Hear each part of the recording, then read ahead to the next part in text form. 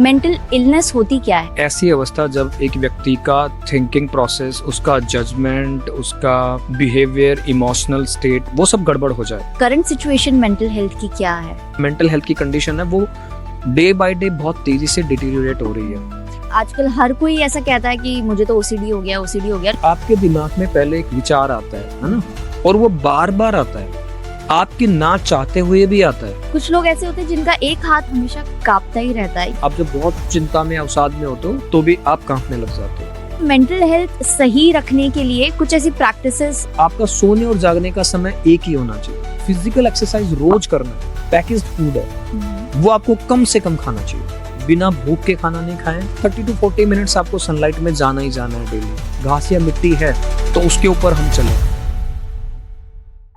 Hello and welcome to Handy Crunch podcast. मैं हूं आपकी होस्ट जया सिंह नरुका और आज हम बात करने वाले हैं एक ऐसे टॉपिक के बारे में जिस पर या तो लोग बिलीव ही नहीं करते या तो उसे ओवररेटेड करार कर दिया जाता है।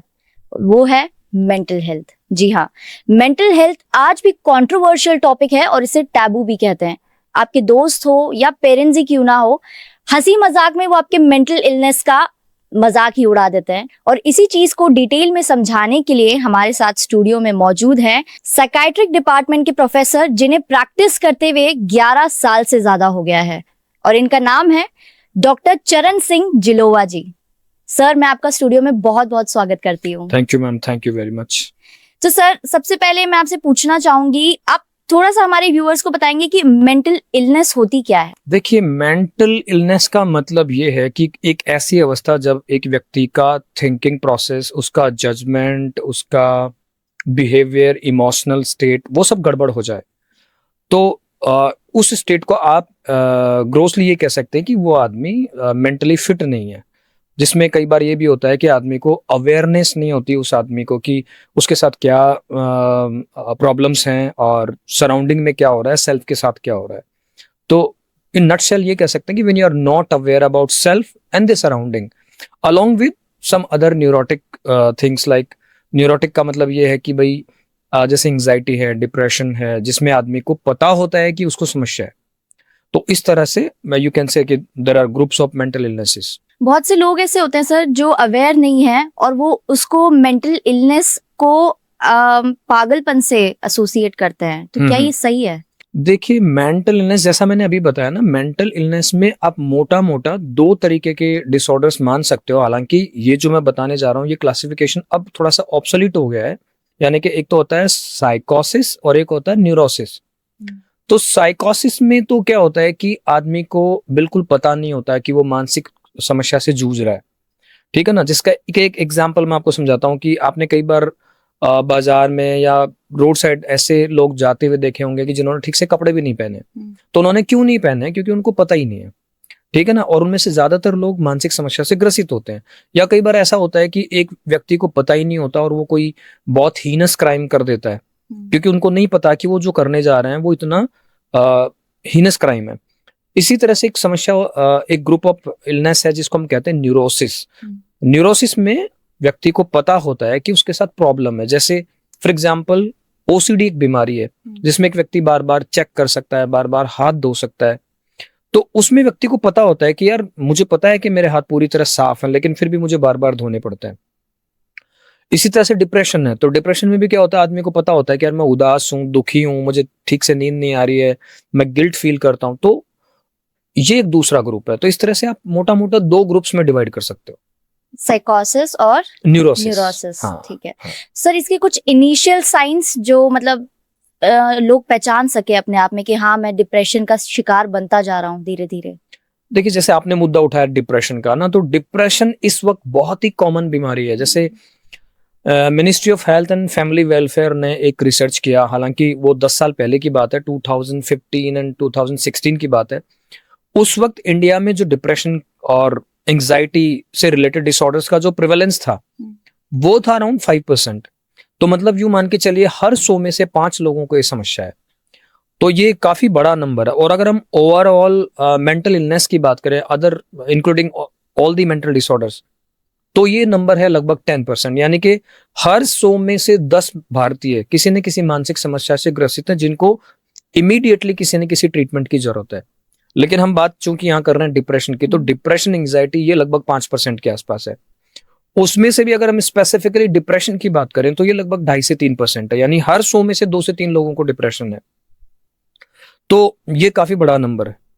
तो डिप्रेशन में क्या होता है कि आदमी को पता होता है कि वो बीमार है, तो उसकी शुरुआती सिम्टम्स कैसे हो सकते हैं? जैसे एक आदमी की नींद खराब होने लग गई है, ठीक है, दिमाग में उसके विचार रुकते ही नहीं है, विचार चलते जा रहे हैं, जब सोने जा रहा है तो भी उसके विचार, दिन में जो कुछ उसने किया वो सब बार बार रिपीट हो रहा है, over thinking, yes you can से। इसके अलावा उसका मन उदास रहने लग गया है ना, कि जिन चीजों में पहले उसको इंटरेस्ट था वो इंटरेस्ट भी कम होने लग गया है, और वो थका हुआ महसूस करने लग गया है। तो ये कुछ मोटे मोटे सिम्टम्स हैं। अगर ऐसे सिम्टम्स किसी में नजर आ रहे हैं तो आप ये कह सकते हो कि यह व्यक्ति डिप्रेशन में हो सकता है। इन सिम्टम्स के अलावा और भी सिम्टम्स हो सकते हैं, जैसे किसी की नींद बहुत ज्यादा हो जाना या बहुत कम हो जाना, किसी का वेट बहुत बढ़ जाना, वेट कम हो जाना, या फिर किसी की भूख बहुत बढ़ जाना या बहुत कम हो जाना। और कई बार गिल्ट फीलिंग आने लगती है कि जैसे एक घटना घटी 10 साल पहले और उसकी आत्मग्लानि आपको अब हो रही है। जैसे मेरे पास रिसेंटली एक लेडी आई और वो कह रही थी कि सर मैं आजकल गिल्ट में बहुत ज्यादा रहती हूँ, क्योंकि वो डिप्रेशन की पेशेंट थी। तो मैंने उनसे पूछा ऐसा क्यों, तो उन्होंने बताया कि मेरा बेटा है ना, आज से 5 साल पहले 10th क्लास में फेल हो गया था, तो वो मेरी वजह से फेल हो गया था। तो पिछले 5 साल में उनको वो गिल्ट नहीं आया बिल्कुल भी, लेकिन चूंकि वो डिप्रेशन में है तो उस बात को लेके वो अभी गिल्ट में है। तो गिल्ट फीलिंग भी इसका एक इंपॉर्टेंट सिम्टम हो सकता है डिप्रेशन का। और सीवियर स्टेट में तो ये भी होता है कि जब आपने ट्रीटमेंट लिया ही नहीं तो बाद में आपको सेल्फ हार्म के आइडियाज भी आने लग सकते हैं, जैसे कि सुइसाइड करने के विचार, आत्महत्या के विचार। तो आपने सुना होगा या पढ़ा होगा कि जितने लोग सुइसाइड करते हैं उनमें से ज्यादातर को डिप्रेशन नाम की मानसिक बीमारी होती है। तो ये सारे सिम्टम्स अगर किसी में नजर आ रहे हैं तो हम कह सकते हैं कि ये व्यक्ति डिप्रेशन का पेशेंट हो सकता है। ऐसा भी कहते हैं, या मतलब कुछ लोगों ने ऐसा, मतलब पर्सनली मैंने भी ऐसा फील किया है कि कुछ लोग हद से ज्यादा खुश रहते हैं लेकिन फिर भी वो डिप्रेस्ड होते हैं। तो इस चीज को हम मतलब कनेक्ट नहीं कर पाते कि इतने खुश हैं, बाद में उनके बारे में थोड़ा जानते हैं कि यार ये इतना डिप्रेस कैसे हो सकता है। बिल्कुल, ये बहुत ही बेहतरीन सवाल है। देखिए किस तरह से मैं आपको बताता हूँ। आपने एक टर्म सुना होगा स्माइलिंग डिप्रेशन, कि आदमी अंदर से पूरी तरह से डिप्रेशन से घिरा हुआ है, वो टूट चुका है, लेकिन बाहर से उस डिप्रेशन को कवर करने के लिए वो हंसता रहता है। तो बहुत सारे जो इंटेलेक्चुअल्स हैं, जो स्मार्ट लोग हैं, वो ऐसा कर पाते हैं कि वो अपने इमोशंस को हाइड कर लेते हैं कि अंदर से वो बहुत दुखी हैं, लेकिन बाहर से उनको कोई जज नहीं कर सकता कि वो इस स्टेट में है कि हो सकता है वो कल ही सुसाइड कर ले। और ऐसा बहुत बार हुआ है कि एक व्यक्ति ने रात को बहुत जम के पार्टी की है और सुबह उसकी डेड बॉडी मिली है घर के अंदर, क्योंकि उस रात को ही उसने सुसाइड कमिट कर लिया है। तो ये स्माइलिंग डिप्रेशन है, और ये बहुत ही इस पॉइंट ऑफ व्यू से खतरनाक है क्योंकि इसमें आसपास के जो लोग हैं, फैमिली मेंबर्स हैं, फ्रेंड्स हैं, वो अंदाजा नहीं लगा पाते कि यार ये व्यक्ति इतनी बुरी स्थिति में है। लेकिन अगर आप ध्यान से देखेंगे, जैसे बॉलीवुड में एक एक्टर ने सुसाइड किया था, तो उनके सुसाइड से पहले की वीडियोस अगर आप देखेंगे ना, 10 दिन, 15 दिन, 2 महीने पहले की वीडियोस, तो आपको साफ नजर आएगा कि वो अपनी जो स्माइल है वो फेक स्माइल शो कर रहा है। साफ नजर आएगा अगर आप थोड़ा सा भी ध्यान से देखेंगे कि ये जो स्माइल है ये जेन्युइन ओरिजिनल स्माइल नहीं है, ये सिर्फ दुख को, डिप्रेशन को ढकने वाली स्माइल है। तो स्माइलिंग डिप्रेशन इस पॉइंट ऑफ व्यू से बहुत खराब है, बहुत खतरनाक है, क्योंकि ज्यादातर लोग अंदाजा ही नहीं लगा पाएंगे। जैसे आपने एक टाइप बताया स्माइलिंग डिप्रेशन, डिप्रेशन के ऐसे और भी टाइप्स हैं? हाँ, और भी टाइप्स हैं। जैसे एक बीमारी होती है बाइपोलर, उसमें भी एक डिप्रेशन होता है, उसमें सिम्टम्स थोड़े से डिफरेंट होते हैं। इसी तरह से कई बार नशा करने के बाद भी लोग डिप्रेशन में चले जाते हैं, या फिर कोई किसी को साइकोटिक इलनेस हुआ, उसके बाद जब रिकवरी हो जाती है या रिकवरी के दौरान भी एंड में डिप्रेशन हो सकता है। तो डिप्रेशन के डिफरेंट टाइप्स होते हैं। एक डिप्रेशन होता है मेलेनोकॉलिक, उसमें क्या होता है कि आदमी को यूं लगने लगता है कि सारी दुनिया खत्म हो चुकी है, सब खत्म हो चुका है, कोई होप नहीं है, कोई उम्मीद नहीं है, मेरी बॉडी पूरी अंदर से खराब हो चुकी है, सब खत्म हो चुका है, मतलब बिल्कुल हेल्पलेसनेस और होपलेसनेस की स्टेट आ जाती है। तो कई तरह के डिप्रेशन हो सकते हैं। और जैसे आपने थोड़ी देर पहले मुझे बताया कि कुछ मतलब बहुत से ऐसे स्मार्ट पीपल होते हैं जो अपनी फीलिंग्स, डिप्रेस्ड फीलिंग्स छुपा सकते हैं अच्छे से। हाँ। तो ऐसे छुपाते छुपाते अपनी फीलिंग्स फिर वो शायद एंजाइटी का रूप ले लेती है, या ऐसा होता है? देखिए होता क्या है कि अगर आपने अपने इमोशंस को दबाया, चाहे वो किसी भी तरह का इमोशन हो और किसी भी वजह से दबाया, तो अल्टीमेटली बाद में आपको सडनली बहुत नुकसान होने वाला है, क्योंकि वो जो आपने अंदर स्ट्रेस इकट्ठा कर लिया है ना, वो एक दिन फिर ब्लास्ट करेगा। फूटेगा। तो इसलिए बेटर ये होगा कि अगर हम कंपेयर करें हाइड करने से, तो बेटर ये है कि आप उसको एक्सप्रेस कर दें। अगर आपको गुस्सा आ रहा है तो बेटर है कि आप गुस्सा कर लें रादर देन कि उसको दबाएं। अगर आप दबाएंगे तो उसका नुकसान बहुत ज्यादा हो सकता है। तो कई बार आपने देखा होगा कि गुस्से गुस्से में लोग मर्डर तक कर डालते हैं। तो बहुत सारे ऐसे लोग हैं कि मोस्ट ऑफ द टाइम वो शांत मिलेंगे आपको, लेकिन बाद में एक ऐसी खबर देखने को मिलेगी या सुनने को मिलेगी कि उस आदमी ने किसी को बहुत ज्यादा चोट पहुंचा दी है, यहां तक कि मर्डर तक कर दिया है कि यार ये आदमी तो बहुत सीधा आदमी था, ये आदमी तो बहुत सिंपल आदमी था, ये बहुत ही यूं कहें कि डोसाइल और इनोसेंट टाइप का आदमी था, लेकिन इसने ये क्राइम कैसे किया। वो कई बार इसलिए होता है क्योंकि बहुत सारे लोग अपने इमोशंस को, एंगर, एग्रेशन को छुपा के और उसको दबा के रखते हैं। अगर आप ऐसी इमोशंस को, नेगेटिव फीलिंग्स और इमोशंस को दबाएंगे तो फिर अल्टीमेटली आपको बहुत नुकसान होने वाला है। तो हम अभी मेंटल हेल्थ की भी बात कर रहे हैं, तो अभी करंट सिचुएशन मेंटल हेल्थ की क्या है? हाँ, करंट सिचुएशन जैसे मैंने आपको एक डेटा बताया कि भारत में लगभग 10% लोगों को इमीडिएट इंटरवेंशन की जरूरत है। मतलब हर 100 में से 10 लोगों को किसी न किसी रूप में मानसिक बीमारी है। और ये डेटा मैं बता रहा हूं, जैसा मैंने बताया कि 10 साल पुराना डेटा है। अगर रिसेंट हम रिसर्च करेंगे तो डेफिनेटली डेटा थोड़ा सा ज्यादा ही आने वाला है, कम नहीं आने वाला है, क्योंकि अभी हमारी मेंटल कंडीशन जो है या मेंटल हेल्थ की कंडीशन है वो डे बाय डे बहुत तेजी से डिटीरियोरेट हो रही है। और उसके बहुत सारे कारण हो सकते हैं। अगर हम उनकी बात करें तो जैसे सबसे इंपॉर्टेंट है कि लोग सफिशिएंट नींद नहीं ले रहे हैं, है ना। स्लीप के ऊपर हम पूरा एक पूरा 2 घंटे का एक अलग पॉडकास्ट कर सकते हैं, बट मैं आपको नट सेल में और शॉर्ट में बताऊं तो अगर कोई व्यक्ति 10 बजे के आसपास नहीं सो रहा है तो ये मान के चलिए कि वो आदमी उतना कम सो रहा है। जैसे एक आदमी कहता है कि साहब मैं 12 बजे सोता हूं, तो मेरे हिसाब से वो आदमी लगभग 2 घंटे डेली कम सो रहा है।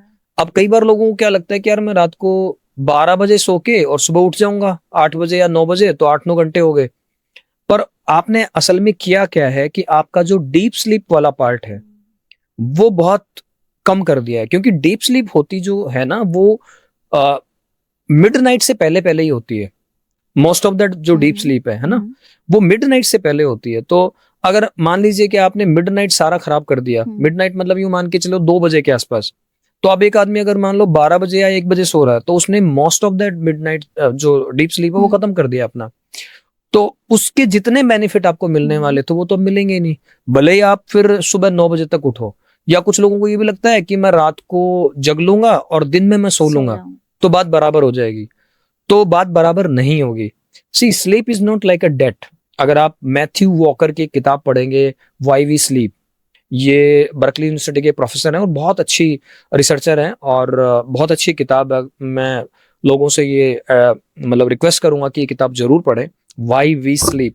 तो इस किताब में भी उन्होंने ये बताया कि स्लीप जो है ना वो डेट की तरह नहीं है कि आपने पहले 1-2 साल बैंक से कर्जा उधार लिया और फिर आपने एक साथ चुका दिया, ऐसा नहीं होता है। आपको जो लॉसेस हो चुके हैं ना सोने की वजह से, वो तो हो चुके हैं। तो आपको करना ये चाहिए कि टाइम से सोना चाहिए और टाइम से उठना चाहिए। मैंने ऐसा भी सुना है सर कि इंस्टाग्राम का ज्ञान कह सकते हैं आप, वहां पे मैंने ऐसा सुना है कि एक 4 घंटे की नींद नॉर्मल ह्यूमन बीइंग के लिए काफी होती है, ये सही है?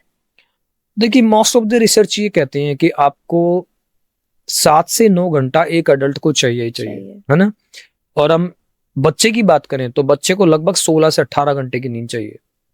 तो कुछ लोग कहते हैं कि भाई मैं 4 घंटे में मैं अपना सब कुछ, मतलब मेरी पूरी नींद हो जाती है।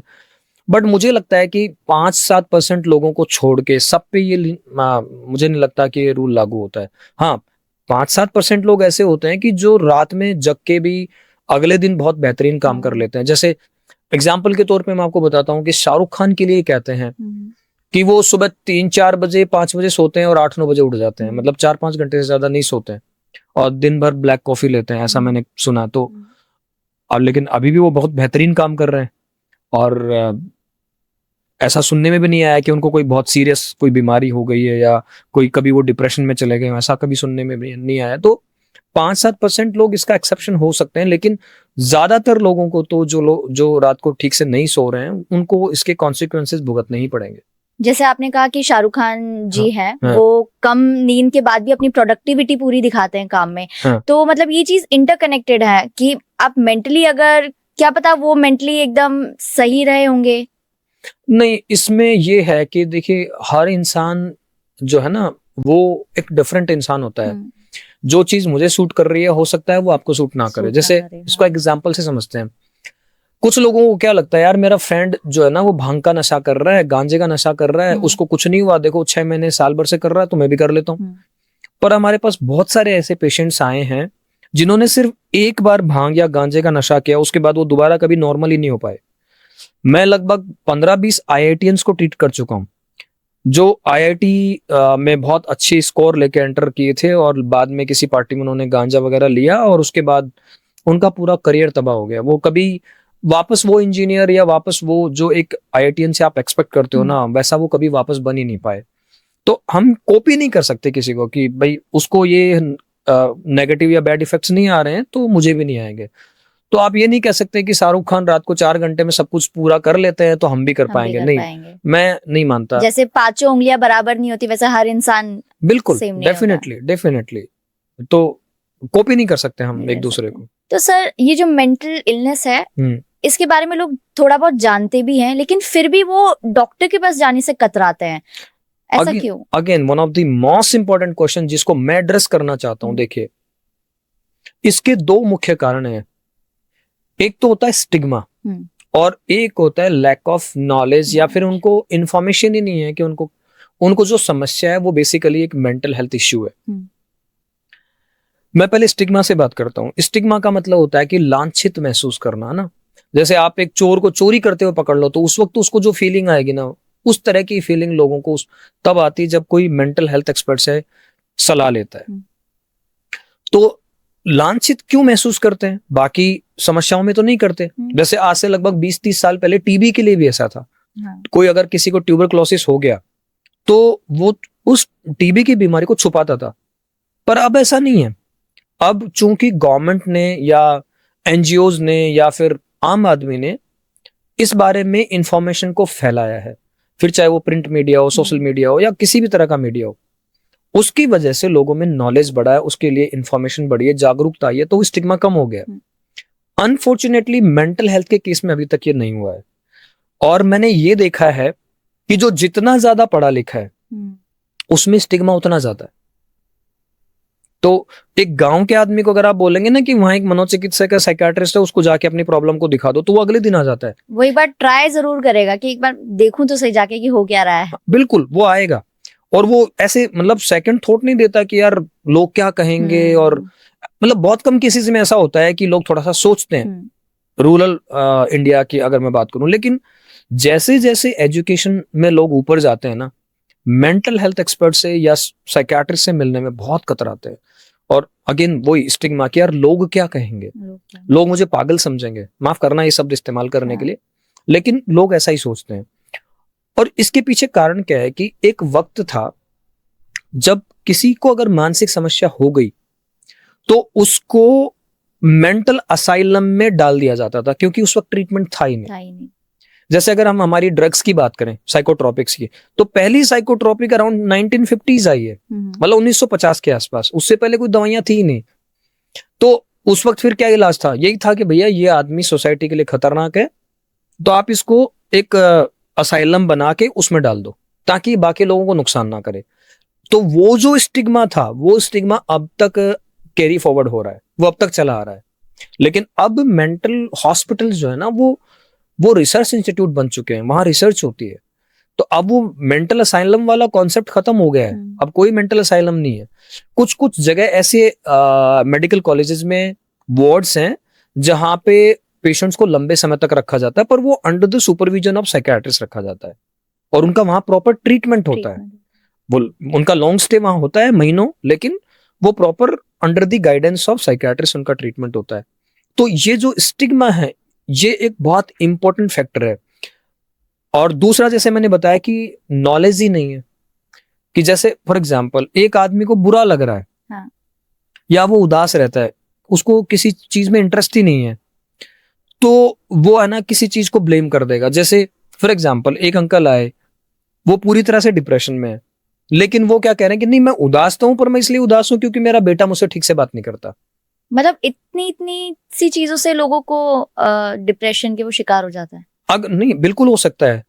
अगर मान लीजिए कि कोई बात आपके लिए बहुत ज्यादा ट्रॉमेटिक है, तो आप अगर उसको आपने टाइमली रिजॉल्व नहीं किया तो आप डिप्रेशन में जा सकते हो, कोई बड़ी बात नहीं है। जैसे आपने देखा होगा कि किसी घर में किसी की डेथ हो गई, तो डेथ तो लगभग हर घर में होती है कभी ना कभी, ऐसा तो कोई घर है ही नहीं दुनिया में जिसमें डेथ ना हो। लेकिन हर घर में उसके बाद डिप्रेशन में नहीं जाते मरीज, तो उनके फैमिली मेंबर, सॉरी। तो इवेंट्स जो है ना वो हम सबके लिए सेम होते हैं, लेकिन उसके लिए जो रिएक्शन है, रिस्पॉन्स है, वो हम सबका अलग अलग होता है। तो छोटी छोटी बातों को लेके भी कई बार लोग अगर लंबे समय तक उनका सॉल्यूशन नहीं निकाला जाए तो डिप्रेशन में जा सकते हैं, कोई बड़ी बात नहीं है। एक सास सिर्फ इसलिए डिप्रेशन में जा रही है क्योंकि उसकी बहू जो है वो उससे प्यार से बात नहीं करती है। ऐसा नहीं कि वो बदतमीजी कर रही है, पर जैसा वो चाहती है वो उस तरह से बात नहीं कर रही है, तो वो इस बात को लेके वो स्ट्रेस में चली जाती है, और हो सकता है लॉन्ग रन में वो डिप्रेशन में चली जाए कि ये तो बहू अच्छी नहीं है, पर मैटर वो है ही नहीं। हाँ. आपके हो सकता है आपके एक्सपेक्टेशंस ज्यादा हो, है ना। तो छोटी छोटी चीजें हैं, अगर आपने उनका टाइमली सॉल्यूशन नहीं निकाला तो आप डिप्रेशन में जा सकते हो।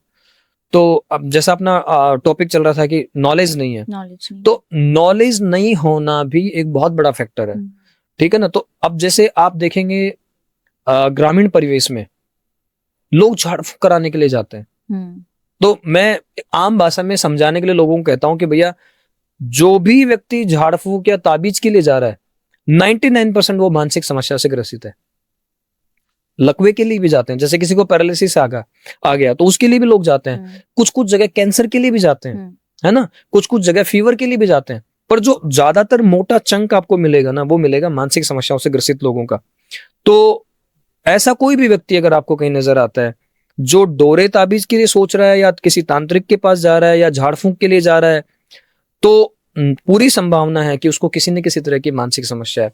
वो वहां क्यों जा रहा है? क्योंकि उसको नॉलेज नहीं है, उसका मन खराब है, वो सोचते हैं कि क्या पता झाड़ फूक करवाने से मन अच्छा हो जाए, मेरा किसी काम में मन नहीं लग रहा, उस चीज को वो नजर से एसोसिएट करते हैं कि मुझे नजर लग गई है शायद इसलिए, बट हालांकि उन्हें पता नहीं रहता कि वो डिप्रेशन के शिकार बनते जा रहे हैं, इसलिए मतलब वो सोच नहीं पा रहे हैं, कुछ काम कर नहीं पा रहे हैं। नहीं, हमारे यहाँ पर क्या है कि एक कॉन्सेप्ट और चलता है कि इसको तो ऊपर का हो गया है, हाँ, है ना। अब ये ऊपर का समझ में नहीं आया कि क्या होता है, लेकिन लोग ऐसा सोचते हैं कि इसको तो ऊपर का हो गया है, पर ऊपर जैसा कुछ होता नहीं है।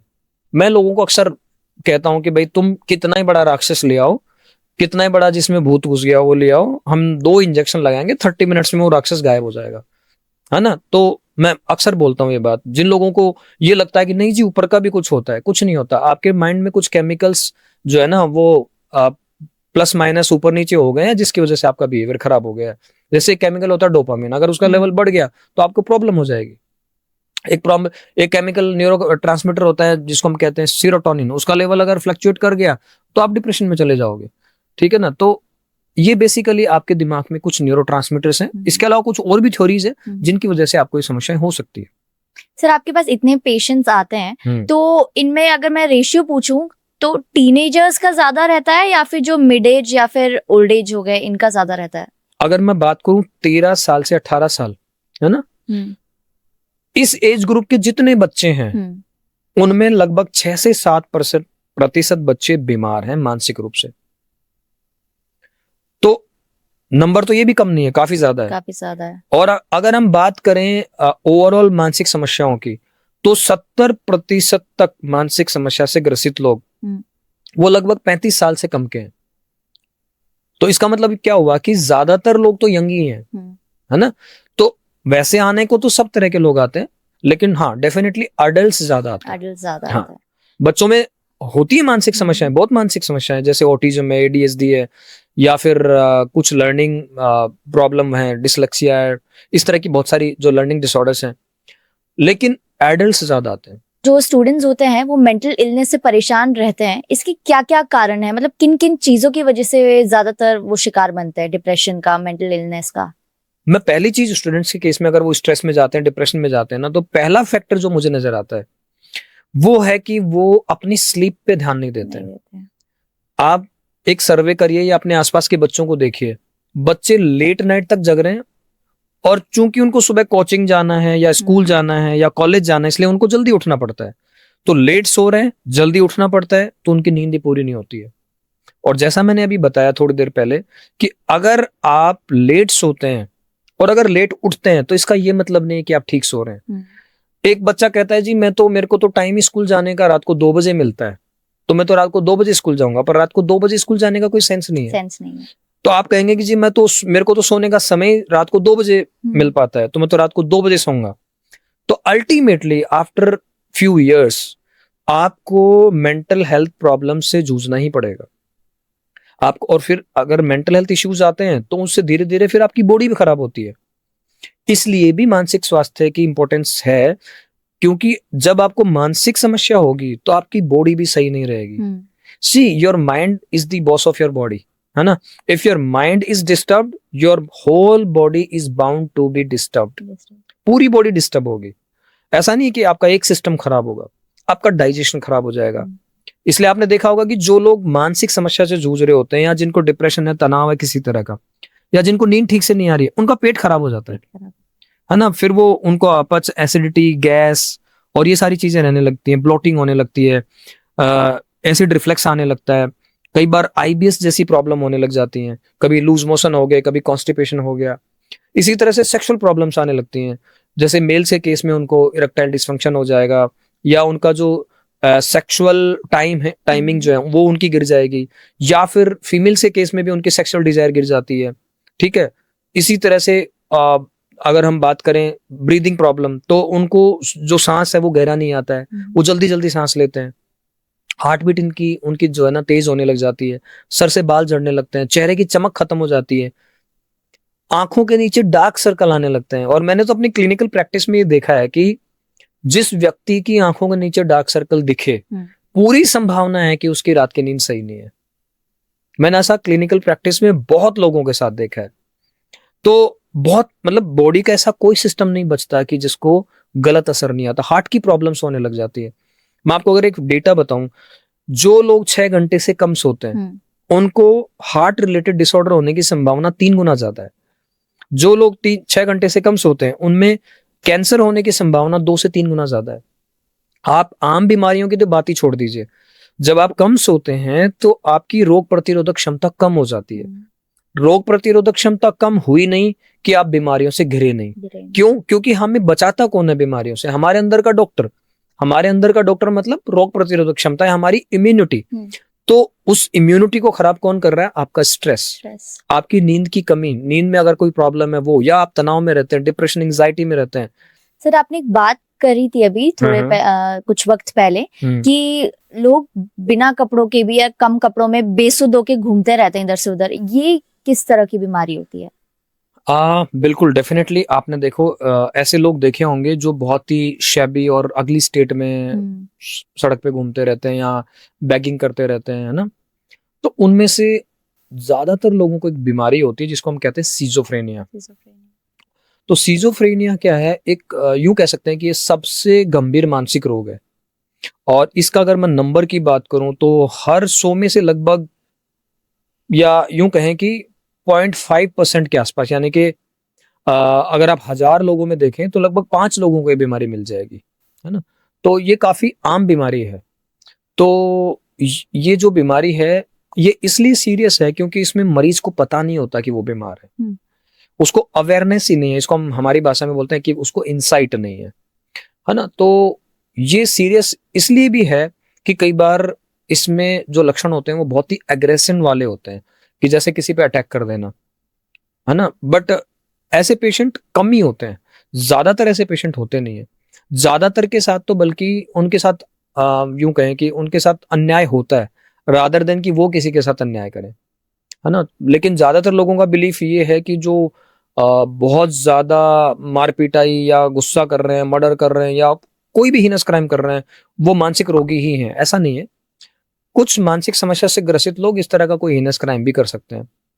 तो सिजोफ्रेनिया में क्या होता है कि आदमी को डाउट्स आने लगते हैं कि जैसे कोई उसके खिलाफ है, कोई उसका बुरा चाहता है, किसी ने उसके ऊपर कुछ करवा दिया है, या फिर किसी ने उसके प्रीमाइसिस में, बाथरूम में या जहां वो रहता है वहां पे कैमरे लगा दिए हैं, तो कैमरे लगा के उसका सर्विलांस किया जा रहा है, या फिर उसको हार्म पहुंचाने की प्लानिंग की जा रही है, ठीक है। या फिर कई बार कानों में आवाजें आने लग जाती हैं, बाहर से असल में कोई आवाज नहीं आती है, लेकिन पेशेंट को ऐसा लगता है कि बाहर से जैसे मेरी आवाज आपको सुनाई दे रही है ना, एग्जैक्टली वैसे ही उनको आवाजें सुनाई देने लग जाती है, जो कि असल में है नहीं, होता नहीं है।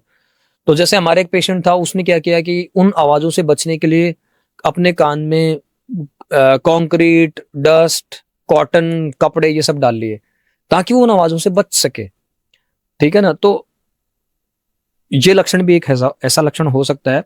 और इसके अलावा उनको नींद ठीक से नहीं आएगी, है ना, और ये रात को या तो वो जगेंगे और दिन में सोएंगे, या फिर वो एक इंपॉर्टेंट सिम्टम ये भी शो करते हैं कि वो अकेले बड़बड़ा रहे हैं। चूंकि वो आवाजें आ रही हैं तो कई बार वो उनको रिस्पॉन्ड करते रहते हैं, फिर जब आप उनको हिलाओगे और रोकोगे तब वो आपको जवाब देंगे, है ना। तो खुद से बड़बड़ाते रहते हैं। इसलिए आपने देखा होगा बहुत सारे लोग गली में, मोहल्ले में या सड़कों पे खुद से ही बड़बड़ाते हुए चलते रहते हैं। तो ऐसा लक्षण भी हो सकता है। हाँ, एक मेरा पर्सनल क्वेश्चन है, जैसे आपने बोला खुद से बड़बड़ाते हैं, कुछ तो जैसे अभी आपने बताया मुझे कि वो देखते हैं कि सामने कोई व्यक्ति है, उससे बात कर रहे हैं। एक ऐसी भी कुछ लोग होते हैं जो अपने सामने किसी को इमेजिन कर लेते हैं, हाँ। और फिर वो बातें करते रहते हैं। तो ये किसी तरह की कोई बीमारी है? वो बेसिकली सिजोफ्रेनिया नहीं है। हम एंजाइटी में भी खुद से बातें करने लग जाते हैं कि जैसे आपको गुस्सा आ रहा है और उससे अब बस मिल नहीं जा रहे हो अपना गुस्सा और अपना भड़ास निकालने के लिए, तो आप हो सकता है कि उससे पहले ही बड़बड़ाना शुरू कर दो कि मैं देख लूंगा कैसे उसने ऐसे कैसे बोल दिया, उसने ऐसे कैसे सोच लिया, आप बड़बड़ाते हो जाओगे। तो ये बड़बड़ाना बेसिकली एंजाइटी या स्ट्रेस में होता है। पर जिस बड़बड़ाने की मैं बात कर रहा हूँ वो सिजोफ्रेनिया में होता है। तो उसमें बेसिकली वो जो आवाजें उनके दिमाग में आ रही है या कानों में सुनाई दे रही है, वो उन आवाजों को रिस्पॉन्ड कर रहे होते हैं। तो बड़बड़ाना भी एक इंपॉर्टेंट सिम्टम्स है। उसी तरह से ये लोग बहुत ही मतलब साफ सफाई कम रखते हैं। अच्छा। बहुत गंदे रहने लग जाते हैं।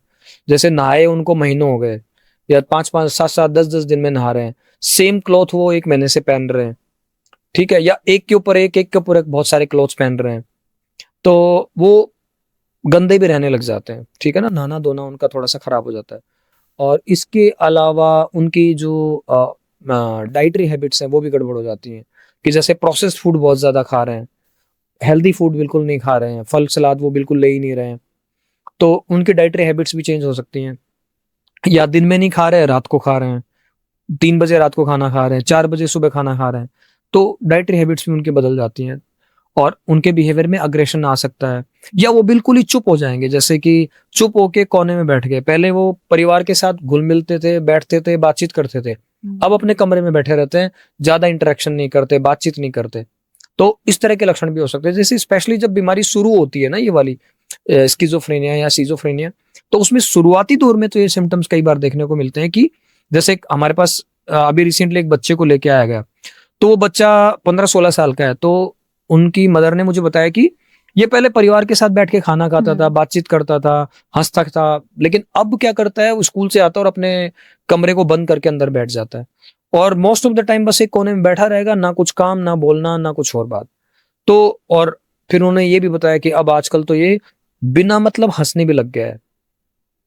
तो जब ये बीमारी शुरू होती है तो ऐसे सिम्टम्स नजर आते हैं इस तरह के, जैसा मैं बता रहा हूँ। या फिर जैसे कई बार एक बच्चा बार बार हाथ धोने लग गया, बार बार चेक करने लग गया, इनको हम कहते हैं ओसी सिम्टम्स, ऑब्सेसिव कंपल्सिव सिम्टम्स। तो इस तरह के सिम्टम्स भी शुरुआती दौर में देखने को मिलते हैं। तो ये है स्किज़ोफ्रेनिया। सर, अभी आपने ओसी सिस्टम्स की बात करी, एक ओसीडी वर्ड भी होता है, उसको लोगों ने बहुत बोलते हैं ना as a fashion statement use करने लग गए। आजकल हर कोई ऐसा कहता है कि मुझे तो ओसीडी हो गया। लोगों को इसका मतलब नहीं पता है। आप एक बार मतलब बता देंगे कि होता क्या है ये? देखिए, ओसीडी में क्या होता है कि आपके दिमाग में पहले एक विचार आता है ना, और वो बार बार आता है, आपके ना चाहते हुए भी आता है। और आपको पता है कि इस विचार जो बार बार रिपीट हो रहा है इसका कोई मतलब नहीं है, कोई सेंस नहीं है। जैसे फॉर एग्जाम्पल, मैंने अभी 10 मिनट पहले अच्छे से हाथ धोए हैं, लेकिन फिर मेरे दिमाग में विचार आ गया कि यार मेरे तो हाथ साफ नहीं है, तो मैं फिर धोने जा रहा हूं। मुझे पता है अच्छे से कि मैंने हाथ धोया है, साबुन से धोया है और अच्छे से धोया है, मेरे हाथ बिल्कुल साफ हैं, लेकिन चूंकि मन में विचार आ गया है तो फिर मुझे वापस जाना पड़ रहा है। या फिर आपने अपना दरवाजा ठीक से बंद कर दिया, थोड़ी देर बाद 2 मिनट 10 मिनट बाद फिर विचार आ गया कि नहीं मैंने ठीक से बंद नहीं किया, तो आप फिर देखने जाते हैं। आपने गैस का चूल्हा है वो ठीक से बंद किया, आपको पता है, लेकिन फिर विचार आ जाएगा कि यार शायद मैंने ठीक से बंद नहीं किया, तो आप फिर देखने जाते हैं। इसी तरह से किसी को पैसे दिए काउंट करके कि नहीं यार शायद मैंने उसको ज्यादा दे दिया या कम दे दिए, तो इस तरह का एक विचार है वो बार बार आता है। जैसे मेरा एक पेशेंट है, उसको क्या विचार आता है कि अगर मेरे सामने जो भी महिला जा रही है, अगर मैंने उसको टच नहीं किया तो मेरे घर में किसी का बुरा हो जाएगा, तो वो उस महिला को किसी न किसी फॉर्म में जाके टच करेगा। और इस वजह से वो कई बार पिट भी चुका है बस बीच बाजार। पर वो ये बीमारी है उसको कि उसको टच करना पड़ता है, कि अगर वो टच नहीं करेगा ना तो उसको यूं लगेगा कि यार घर में किसी की डेथ हो जाएगी। इसी तरह से मेरे पास एक लड़के को लाया जाता है, तो उसको क्या है सिम्टम है, वो जितनी देर हाथ धोता रहेगा ना उतनी देर उसके जो बुजुर्ग माँ बाप है जिनकी एज है 65-70, वो खड़े हुए होने चाहिए वॉश बेसिन के पास, और उसको एक बार हाथ धोने में कम से कम 1 से 1.5 या 2 घंटे लगते हैं। ऐसा तब तक धोता रहता है, वो धोता रहता है क्योंकि उसको सेटिस्फेक्शन नहीं मिलता कि अब साफ हो गए। तो ऐसे भी मेरे पास पेशेंट हैं कि जो एक दिन में एक साबुन खत्म कर देते हैं। जैसे महिलाओं के केस में अगर मैं बात करूं, तो जब महिलाओं में हम इस तरह के पेशेंट देखते हैं तो उनमें एक सिम्टम काफी कॉमन आता है कि एक लेडी को नहाने में 2 घंटे लग रहे हैं। आप 15-20 मिनट 30 मिनट में आराम से अच्छे से नहा के आ सकते हो, लेकिन जो ओसीडी का पेशेंट होगा, हो सकता है उसको नहाने में 2 घंटे लग जाए कि पानी जो ऊपर टंकी में फुल था वो सारा खाली कर दिया आपने। तो ओसीडी के कई तरीके का प्रेजेंटेशन हो सकता है। तो एक तो ऑब्सेशन होता है जो विचार बार बार आ रहा है, एक होता है कंपल्सन, मतलब उस विचार की वजह से जो एंग्जाइटी पैदा हुई है, उस एंग्जाइटी को खत्म करने के लिए जो आपने जो एक्शन किया कि मेरे मन में विचार आया कि मेरे हाथ साफ नहीं है, फिर मैं धोने गया, तो वो कंपल्सन हो गया। ठीक है, तो जैसे विचार आया कि अगर मैं जो मेरे कमरे में टाइल्स हैं, अगर मैं पहली तीसरी और 5वीं टाइल्स पे पैर नहीं रखूंगा तो कुछ बुरा हो जाएगा, है ना, तो वो 2nd और 4th पे पैर रखेगा, मतलब कोई सा भी एक ऑर्डर फॉलो करेगा वो। तो उनको इस तरह के सिम्टम्स भी है ना ओसीडी में हो सकते हैं। कई बार सेक्सुअल सिम्टम्स भी होते हैं। जैसे एक लड़की आती है, वो कहती है कि सर मेरे को मेरे फैमिली मेंबर्स प्लस जो गॉड और गॉडेसेस हैं उनके लिए गंदे विचार आते हैं, वो मुझे न्यूड नजर आते हैं दिमाग के अंदर। ये भी ओसीडी का हाँ एक हाँ पार्ट बिल्कुल। और उनके लिए मेरे मन में गालियां आती हैं, जबकि मैं देना नहीं चाहता हूँ, पर फिर भी पर जैसे ही मैं कोई गॉड या गॉडेसेस को देखूंगा मेरे मन में गालियां आती हैं। ये भी एक ओसीडी का एक सब टाइप, एक तरह से यूं कह सकते हैं कि एक लक्षण हो सकता है। तो कई तरह के सिम्टम्स आ सकते हैं ओसीडी के अंदर। तो ये ओसीडी है, और ये बहुत ही मतलब बहुत ही बुरी बीमारी कहूंगा। क्यों? इसमें सब आपको पता होता है कि जो मेरे दिमाग में विचार आ रहे हैं वो गलत है, आप फिर भी करते हो, फिर भी आपको करना पड़ता है। और इसमें इस तरह के पेशेंट्स के साथ बुरा इसलिए भी होता है, जो घर वाले है ना वो उनको डांटने लग जाते हैं। जैसे बहुत सारे हस्बैंड्स को मैंने देखा है, वो पत्नियों को डांट रहे होते हैं, तेरे को 50 बार समझा दिया, समझ में क्यों नहीं आती है कि तूने हाथ धोए हैं अभी, फिर वापस क्यों धो रही है? नहाने में 10 मिनट लगते हैं तो तेरे को 2 घंटे क्यों लगते हैं? पर वो ये समझ ही नहीं पाते हैं कि ये बीमारी है। आप उस आदमी की तो सोचो यार, जो ऑलरेडी बहुत दुखी है, ऊपर से आप उसको दुखी कर रहे हो। मतलब उसके साथ होना चाहिए था आपको, लेकिन आप उसके खिलाफ हो। तो ऐसे ही नशे में होता है कि जब कोई किसी को नशे की आदत पड़ जाती है, फिर चाहे वो शराब हो, बीड़ी सिगरेट गुटखा स्मैक, या फिर आजकल जो एमडी चल रही है, कोकेन है, या फिर अफीम है डोडे की फॉर्म में, या जो लिक्विड है उसकी फॉर्म में, या कई बार कैप्सूल भी लेते हैं लोग, नशे के कैप्सूल ले लेते हैं, नशे की टैबलेट्स खा लेते हैं लोग, ये जो कफ सिरप है लोग उसका नशा कर लेते हैं। कुछ लोग आयोडेक्स तक बार बार सूंघते हैं उसे। बिल्कुल, लोग आजकल आयोडेक्स का भी नशा कर रहे हैं, ब्रेड पे लगा लगा के खा रहे हैं। और बच्चों में तो हमने ये देखा है कि जो सॉल्यूशन होता है पंक्चर रिपेयर करने का, जो ग्लू होता है, उसको वो कपड़े में डाल को उसको सूंघते रहते हैं, पेट्रोल और डीजल को सूंघते रहते हैं। तो बहुत तरीके के नशे हैं। तो उसमें भी लोग क्या करते हैं, बजाय उनको सपोर्ट करने के, उनके खिलाफ हो जाते हैं, उनको गालियां देते हैं, उनको भला बुरा बोलते हैं। तो उनको रादर देन गलत बोलने के आपको उनके साथ होना चाहिए, उनका सपोर्ट करना चाहिए। क्योंकि अब भले ही उसने शुरू किसी भी वजह से किया हो नशा, लेकिन अब वो एक बीमार आदमी है। तो बीमार आदमी का हमें सपोर्ट करना होता है, न कि उसको पनिशमेंट देना होता है। तो ये हम ओसीडी से शुरू कर रहे थे, तो ये ओसीडी के मैंने कुछ टाइप्स बताए आपको, कुछ लक्षण बताए। हाँ, आपने एंजाइटी की भी बात की थी, तो एंजाइटी से लोगों को पैनिक अटैक्स भी आते हैं। ये पैनिक अटैक होता क्या है? बेसिकली पैनिक अटैक्स एक एंजाइटी स्पेक्ट्रम का ही डिसऑर्डर है, मतलब उसी फैमिली का एक बीमारी है। तो पैनिक अटैक में क्या होता है कि आदमी को लगभग 20 से 30 मिनट के लिए यूं लगेगा कि बस आज तो मैं गया, आज तो भाई बचा लो मुझे कैसे भी। यूं लगेगा कि आज तो मैं पूरा कंट्रोल खो दूंगा और आज तो शायद मेरी डेथ ही हो जाएगी। उनका गला जो है बिल्कुल चौक हो जाएगा, सांस नहीं आएगी, सांस लेने में बहुत तकलीफ होगी, और पसीना बहुत आएगा, और उनके हार्ट बीट बहुत तेज हो जाएगी, और वो फटाफट इमरजेंसी में जाएंगे, और जाके उनकी सीधी ईसीजी होती है, ईसीजी नॉर्मल आती है। क्यों? क्योंकि पैनिक अटैक या पैनिक डिसऑर्डर जो है वो हार्ट का प्रॉब्लम नहीं है, वो माइंड का प्रॉब्लम है। तो ECG most of the cases में नॉर्मल ही आती है, और फिर वहां पे जो भी उनको अटेंड करते हैं डॉक्टर्स वगैरह, वो कहेंगे देखो जी आपकी तो ईसीजी बिल्कुल नॉर्मल है, आपको तो कोई समस्या नहीं है। नहीं, समस्या है पर हार्ट की नहीं है। तो फिर उसको कई बार रेफर होते हैं पेशेंट, कई बार नहीं होते हैं। तो बेसिकली ऐसे केस में आपको एक साइकियाट्रिस्ट से मिलना है।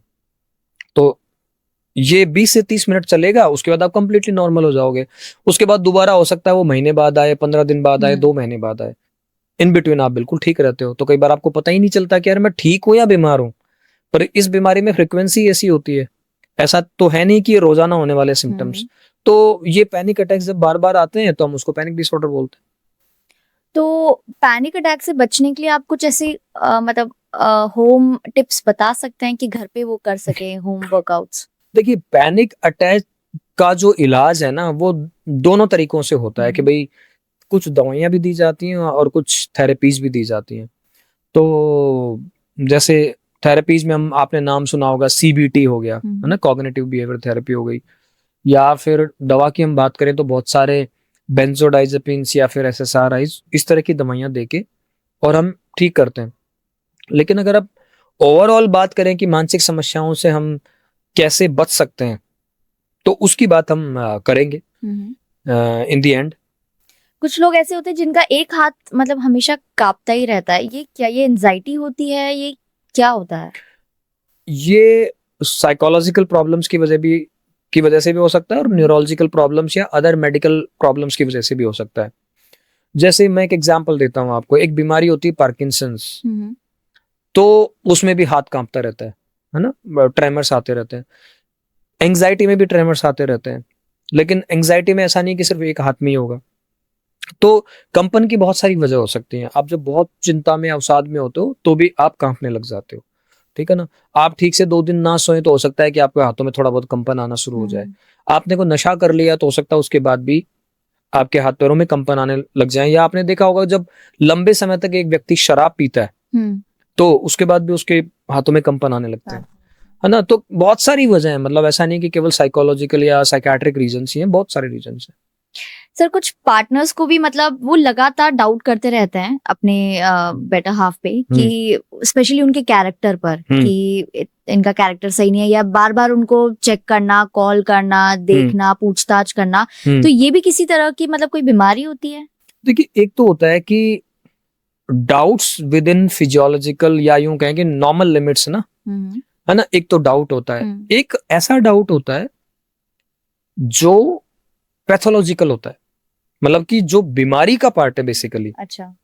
जैसे हमारे पास बहुत सारे ऐसे पेशेंट्स आते हैं जहां पे हम देखते हैं कि एक फीमेल पार्टनर मेल पार्टनर पे, या कोई भी फीमेल है वो अपने मेल पार्टनर पे, और एक अगर मेल है तो अपने फीमेल पार्टनर पे, चाहे वो हस्बैंड वाइफ हो, गर्लफ्रेंड बॉयफ्रेंड हो, या लिव इन पार्टनर्स हो। तो वो एक दूसरे के कैरेक्टर पे डाउट करते हैं, और डाउट इस हद तक कि अगर कोई भी उसका रीजन सुनेगा तो उसको समझ में आ जाएगा कि यार ये तो प्रॉब्लम है, ये नॉर्मल नहीं है। जैसे पिछले दिनों एक व्यक्ति को लाया गया मेरे पास, और वो कह रहा था कि साहब जो उसकी पत्नी है उसका किसी व्यक्ति से एक्स्ट्रा मैरिटल अफेयर है।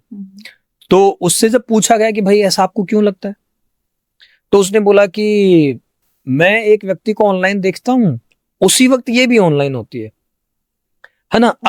अब ये तो कोई लॉजिक नहीं हुआ ना, है ना। इसके अलावा क्या बोलता है कि ये हर फ्राइडे को येलो क्लॉथ्स पहनती है ताकि वो उसको इंप्रेस कर सके। अब इस बात का कोई लॉजिक नहीं है कि भाई आपके पड़ोस में अगर कोई मान लीजिए मोहन जी हैं, तो आपको लगता है कि ये तो मोहन जी को इंप्रेस करने के लिए येलो क्लॉथ्स पहने जा रहे हैं। तो जब आप ऐसे लोगों का जो बीमार है और बीमारी की वजह से शक कर रहे हैं, तो आप उनके एक्सप्लेनेशन सुनोगे ना, तो आपको समझ में आएगा कि हाँ ये बीमारी वाला शक है। जैसे एक पेशेंट को लाया गया जो कि मेरे पास आए थे लगभग 6 महीने पहले। उनकी उम्र थी लगभग 70 साल। 70 साल की उम्र में उनको ये सिम्टम्स आ रहे हैं। हालांकि मोस्ट ऑफ द केसेस में क्या होता है कि बीमारी मतलब जवानी में होती है। हाँ, मतलब ये ज्यादातर तो जवानी में ही देखी जाती है। लेकिन उनकी हो सकता है कि वो समस्या उनको जवानी में भी रही हो, पर उन्होंने उसका कोई ट्रीटमेंट ना लिया उस वक्त। तो उनको अपने पार्टनर पे इस कदर डाउट था कि वो अपने घर के जितने भी दरवाजे और खिड़कियां हैं उन पे लॉक लगा के सोते थे। मतलब 10 से 12 लॉक लगा के सोते थे कि ये कहीं उठ के किसी के पास चली ना जाए। तो आपको जब ऐसे लक्षण नजर आएंगे तो आपको साफ समझ में आएगा कि ये नॉर्मल बात नहीं है, ये नॉर्मल डाउट नहीं है। तो ये तो बीमारी वाला डाउट है। तो एक बीमारी होती है जिसको हम कहते हैं पर्सिस्टेंट डिल्यूजनल डिसऑर्डर। तो उसमें बाकी और कुछ देखने को नहीं मिलेगा, मोटा मोटा बस यही देखने को मिलेगा कि वो डाउट बहुत कर रहा है अपने पार्टनर के कैरेक्टर पे। बाकी वो ऑफिस भी जा रहा है, घर के सारे काम कर रहा है, अपने दोस्तों से मिल रहा है, पार्टी कर रहा है, सारे काम बढ़िया करेगा। बस एक एरिया में प्रॉब्लम है कि वो डाउट्स कर रहा है। तो इसलिए बाकी लोग ये मानने को तैयार नहीं होते कि इस आदमी को मानसिक समस्या है। वो कहता है ये तो ऑफिस जा रहा है, ये तो बढ़िया अच्छे से ड्रेसअप होके पार्टी एंजॉय कर रहा है, ये तो सारे काम कर रहा है, फिर इसको किस तरह की मानसिक बीमारी। मानसिक बीमारी होने का ये मतलब नहीं है कि आप कुछ नहीं कर पाओ, ये मतलब नहीं है। लेकिन अगर मान लो आपकी मानसिक समस्या बहुत लंबी चलती है और अब बहुत सीवियर हो गई है, तो फिर डेफिनेटली आपकी फंक्शनिंग भी खराब होने लग जाएगी। आप ऑफिस में काम नहीं कर पाओगे, आपका बिहेवियर खराब हो जाएगा और आपको गुस्सा जल्दी आने लगेगा, आपकी कैलकुलेशन, जजमेंट, प्लानिंग सब गड़बड़ होने लग जाएगी, डिसीजंस खराब होने लगेंगे। अब एक बिजनेसमैन अगर उसको कोई मानसिक समस्या होगी तो उसके डिसीजंस खराब होंगे और वो बिजनेस में लॉस पे लॉस करता जाएगा। ठीक है ना। कोई पार्टनर है तो वो अपने पार्टनर में बहुत गुस्सा करने लगेगा, चिड़चिड़ा होने लगेगा, तो उसकी रिलेशनशिप खराब हो जाएगी। और फिर हम बड़ी आसानी से कह देते हैं कि तो पार्टनर ही खराब है, पर हम ये नहीं देखते कि पार्टनर पहले तो ऐसा नहीं था, अब कैसे हो गया, है ना। तो हम उसकी मेंटल हेल्थ की तरफ देखते नहीं है। आप यकीन नहीं करेंगे, हमारे पास अभी मतलब 1-2 बार तो ऐसे भी हुआ है कि कोर्ट से लॉयर्स ने पेशेंट रेफर किए हैं कि भैया तुम्हें डिवोर्स नहीं चाहिए, तुम्हें बेसिकली ट्रीटमेंट चाहिए, कि तुम्हारी मेंटल हेल्थ ही सही नहीं है, तो तुम लड़ते रहोगे आपस में, एक दूसरे को ब्लेम गेम करते रहोगे, किसी ना किसी फॉर्म में जो है वो एग्रेशन आएगा और आप लड़ोगे। तो इसका ये मतलब नहीं है कि आपके जो पार्टनर्स हैं वो खराब हो गए। बेसिकली आपको अपनी मेंटल हेल्थ पे काम करना है। जो आदमी अच्छा है, मानसिक रूप से स्वस्थ है, खुश है, उसका बिहेवियर भी अच्छा होगा डेफिनेटली। ऐसा हो ही नहीं सकता कि कोई आदमी मानसिक रूप से बहुत अच्छा हो और उसका बिहेवियर बहुत खराब हो, ये अनलाइकली है, संभावना बहुत कम है इसकी। बहुत कम है। सर जैसे कुछ लोग होते हैं, उनको लगता है कि मैं ज्यादा सलाह लूंगा तो मेरे पास ज्यादा अच्छा रिस्पॉन्स आएगा, मैं ज्यादा अच्छा डिसीजन ले पाऊंगा। तो ये कोई एक बीमारी होती है कि मैं जितनी सलाह लूंगा उतना ही सही है मेरे लिए?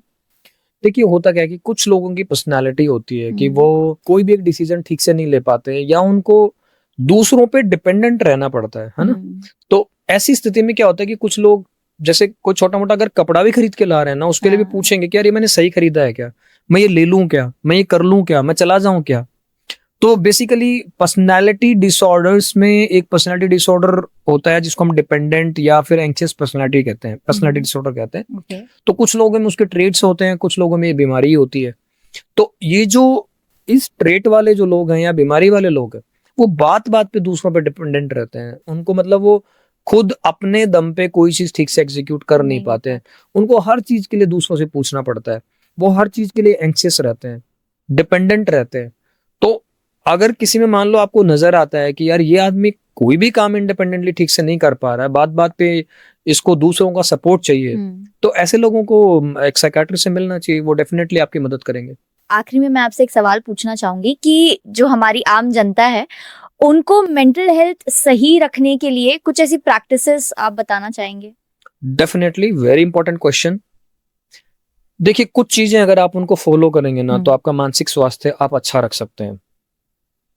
पहली चीज है कि आपका जो सोने का टाइम है और जागने का टाइम है, यानी आपको स्लीप पे काम करना है। मेरे कहने का मतलब स्लीप में आपको स्लीप पे फोकस करना है, जिसमें सबसे इंपॉर्टेंट है कि आपका सोने और जागने का समय एक ही होना चाहिए। ऐसा नहीं है कि किसी दिन आप 10 बजे सो रहे हैं, किसी दिन 12 बजे, किसी दिन रात को 1 बजे, फिर किसी दिन आप 7 बजे उठ रहे हैं, किसी दिन 8 बजे उठ रहे हैं सुबह। ऐसा नहीं करना है। सोने और जागने का एक ही समय। आप जहां सोते हैं वहां बहुत वो मतलब कंफर्टेबल जगह होनी चाहिए, बहुत गर्मी नहीं तो बहुत ठंडा भी नहीं। आपकी बेडशीट प्रॉपर होनी चाहिए, आपका जो बेड है वो बहुत सॉफ्ट या बहुत हार्ड नहीं होना चाहिए। आपके बेडरूम में लाइट ज्यादा नहीं होनी चाहिए, इनफैक्ट सोते वक्त तो बिल्कुल लाइट नहीं होनी चाहिए। और जैसे ही शाम ढले आप ब्लू लाइट को बंद कर दें और जो येलो लाइट होती है उसका इस्तेमाल करें। ऐसा क्यों? ऐसा इसलिए क्योंकि ब्लू लाइट क्या करती है, आपके ब्रेन में जो सोने का सिग्नल है मेलेटोनिन, मेलेटोनिन रिलीज होता है अराउंड 10 के आसपास रात को। तो आप जितना ब्लू लाइट के एक्सपोजर में रहेंगे ना तो वो जो मेलेटोनिन रिलीज है वो कम होगा और डिले होगा। तो फिर आपको सोने का सिग्नल नहीं मिलेगा प्रॉपर और आप सोने में डिफिकल्टी फील करेंगे। तो आप येलो जो लाइट है ना, जैसे हम भाई ब्लू लाइट्स तो अभी आई है ना, नहीं उससे पहले तो हम तो अगर हम थोड़ा सा और पीछे चले जाएं 200 300 400 साल पहले तो हम लालटेन की रोशनी में रहते थे, है ना, या मसाल जला के रहते थे। अगर हम बात करें बहुत पहले की, तो हमें बेसिकली हमारा जो माइंड है ना उसको ये जो ब्लू लाइट है ये ठीक नहीं है उसके लिए। मतलब इसके पीछे भी साइंटिफिक, मतलब लाइट से भी एक साइंटिफिक रीजन है कि ये लाइट मतलब सोने का कम करती है और येलो लाइट ज्यादा आपको कंफर्ट देती है। बिल्कुल, आप अपने मोबाइल में देखिए ना, हर स्मार्टफोन में वो एक ऑप्शन अवेलेबल है कि आप शाम को 7 बजे के बाद आपकी जो स्क्रीन है वो येलो हो जाएगा, और उसको कितना येलो रखना है वो भी आप तय कर सकते हैं, है ना। तो वो इसीलिए दिया गया है ताकि अगर आपको नाइट में फोन को इस्तेमाल करना है तो उसकी ब्लू रोशनी आपकी नींद को खराब ना करे, है ना, इसीलिए वो ऑप्शन दिया गया है। और वो मेरे को लगता है कि हर व्यक्ति को ऑन रखना चाहिए फोन में, क्योंकि फोन नाइट में 99% लोग इस्तेमाल करते हैं, है ना। तो एक तो ये स्लीप वाला पार्ट हो गया कि आपको स्लीप का ध्यान रखना है। स्लीप के लिए जैसे एक चीज मैंने बताई कि रोशनी वाला पार्ट ना, कि आपके कमरे में बिल्कुल अंधेरा होना चाहिए। यहां तक कि मैंने ये भी पढ़ा है कहीं कि आपकी घड़ी में जो रेडियम होता है ना उसकी रोशनी भी आपकी नींद को डिस्टर्ब कर सकती है, जबकि वो बहुत जरा सी रोशनी होती है। तो लाइट नहीं होनी चाहिए। इसके अलावा अगर हम सेकंड पॉइंट की बात करें तो एक्सरसाइज, फिजिकल एक्सरसाइज। अगर आप चाहते हैं आपका मेंटल हेल्थ अच्छा रहे तो आपको फिजिकल एक्सरसाइज रोज करना है। फिजिकल एक्सरसाइज ज्यादातर लोगों को क्या लगता है कि वो फिजिकल बॉडी यानी कि हमारी जो मेंटल हेल्थ के अलावा जो हमारा एक हेल्थ का पार्ट है उसके लिए होता है, पर ऐसा नहीं है। आपकी मेंटल हेल्थ के लिए भी उतना ही इंपॉर्टेंट है। तो जो लोग एक्सरसाइज करते हैं रेगुलर, आप उनको देखिए, वो आपको ज्यादा खुश नजर आएंगे, ज्यादा एनर्जेटिक नजर आएंगे, ज्यादा मोटिवेटेड नजर आएंगे, जो भी लोग रेगुलर एक्सरसाइज करते हैं। तो एक्सरसाइज आपको डेली करना चाहिए और संभवतः आपको एक्सरसाइज मॉर्निंग में करना चाहिए, ठीक है ना। 30 to 40 मिनट्स या 1 घंटा मैक्सिमम उतना एक्सरसाइज आपको करना ही करना चाहिए, जिसमें स्पेशली आपको वेट लिफ्ट करना चाहिए। जैसे कुछ लोग सुबह सुबह धीरे धीरे हाथी की तरह घूम के आ जाते हैं और बोलते हैं हम एक्सरसाइज कर रहे हैं, दैट इज नॉट एक्सरसाइज, है ना। तो आपको वेट लिफ्ट रोजाना करना चाहिए। इसके अलावा थर्ड नंबर पे हम बात करें तो फूड। तो फूड की अगर बात करें तो आपको प्रोसेस्ड फूड और जो मीठा है, पैकेज्ड फूड है, वो आपको कम से कम खाना चाहिए। प्लांट बेस्ड फूड आपको ज्यादा खाना चाहिए। ज्यादा इन द सेंस कि जैसे मान लीजिए आप जितना भी खाना खा रहे हैं उसका मुझे लगता है ऑलमोस्ट 50% आपको प्लांट बेस्ड खाना चाहिए। अब कितनी सेलिब्रिटीज मान लीजिए वो तो वीगन ही हो गए हैं बिल्कुल, है ना। तो आपको प्लांट बेस्ड भी मतलब अपने फूड का एक पार्ट ऑलमोस्ट 50% प्लांट बेस्ड रखना चाहिए।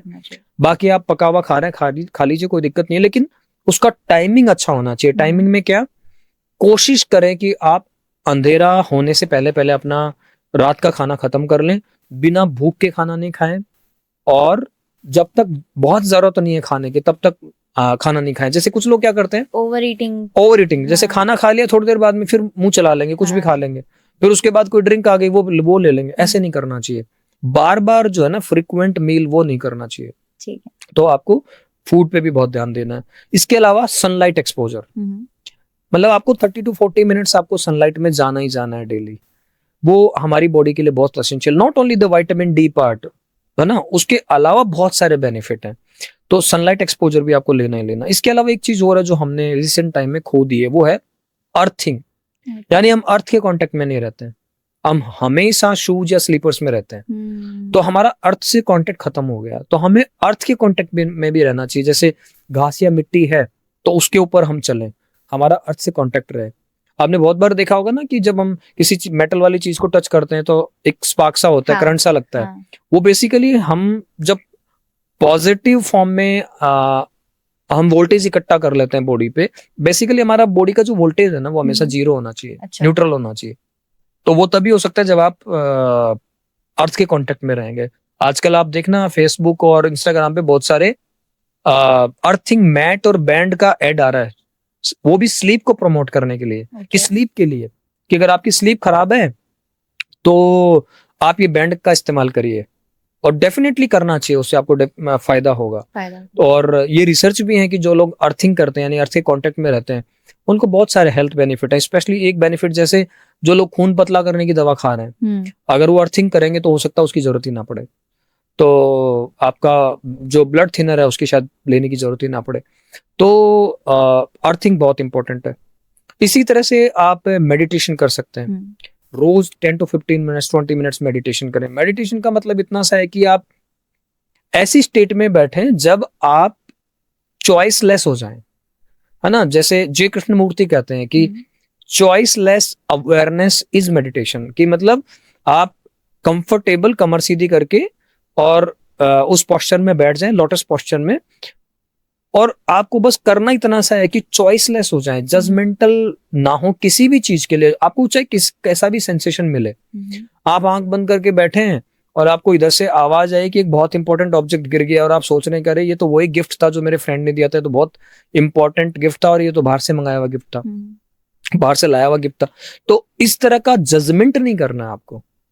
आपने आवाज सुनी और फिर उसको जाने दिया आपने, तो चॉइस लेस होना है बेसिकली आपको।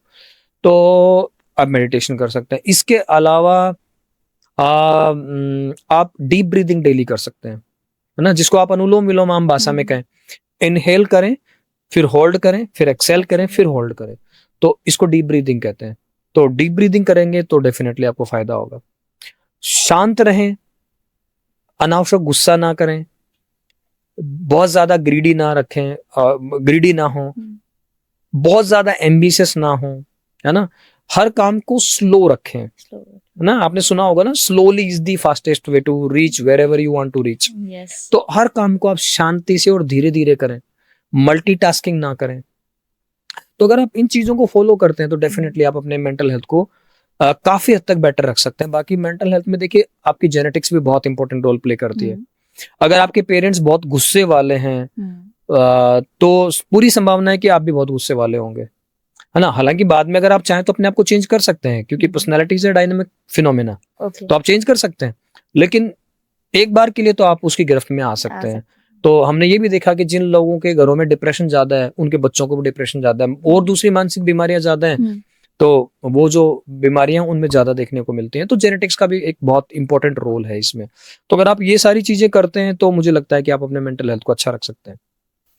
तो ये थी कुछ बातें हमें डॉक्टर चरण सिंह सर ने बताई, डिप्रेशन के बारे में बताई, एंजाइटी के बारे में बताई, ओसीडी के बारे में बताई, और एंड में कुछ ऐसी टिप्स बताई जो हम सबको फॉलो करनी चाहिए हमारे मेंटल हेल्थ को इम्प्रूव करने के लिए। Thank you so much sir, आप स्टूडियो में आए, आपने हमें इतने ब्यूटीफुल इंसाइट्स बताए मेंटल हेल्थ के बारे में। आई होप आप दोबारा आए और हम दोबारा इसी के बारे में चर्चा करें थोड़ा डीप में। बिल्कुल ma'am, thank you very much. Thank you sir.